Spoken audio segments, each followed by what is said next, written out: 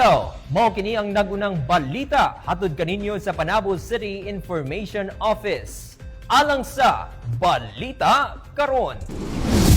Davao del Norte State College nagpahigayon og Ripple Ocean Tech Innovation Conference kauban ng Department of Science and Technology aron mapalapan ang blue economy underpinning global sustainability through adaptive innovation o bugsay.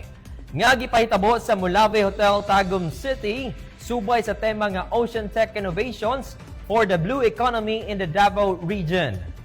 Ang Bugsay Technology Business Incubators naghatag og suporta sa mga startup o bag-ong negosyo nga adunay kalabutan sa teknolohiya, pinaagi sa training, mentoring o access funding alang sa pagtubo sa ekonomiya sa kadagatan.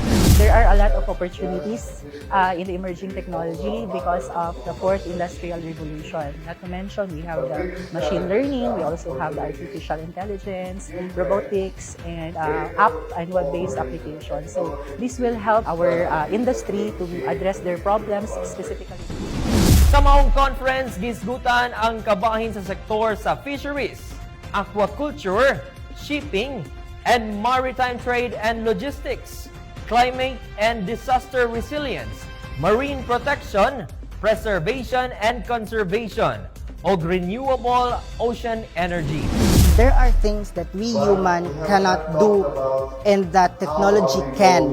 So, kinahanglan, gamito nato ang kaning kaalam sa teknolohiya o siyensya para mapa-improve ang ato ang economic, social, ug environmental situation, especially that these things can be sustained to us or be given to us by our ocean nga mao ang dako kayo nga resource, dako kayo nga parte sa atoa sa Pilipinas nga kita archipelagic country. Ang syudad sa Panabo isip usa ka coastal city sa Davao del Norte, adunay dakong potensyal sa sektor sa fisheries ug environmental protection apan tungod sa issue sa overfishing, polusyon ug pag-isbog sa baybayon, makatabang ang pagpahiuyon sa prinsipyo sa blue economy.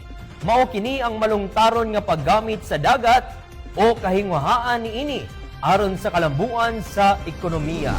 Alang sa bagong balita sa syudad sa Panabo, bisitaha ang official Facebook page sa Panabo City Information Office ug makita usab kini sa PSC TV Channel 1. Kini si Francis Paculanang alang sa Balita Karon.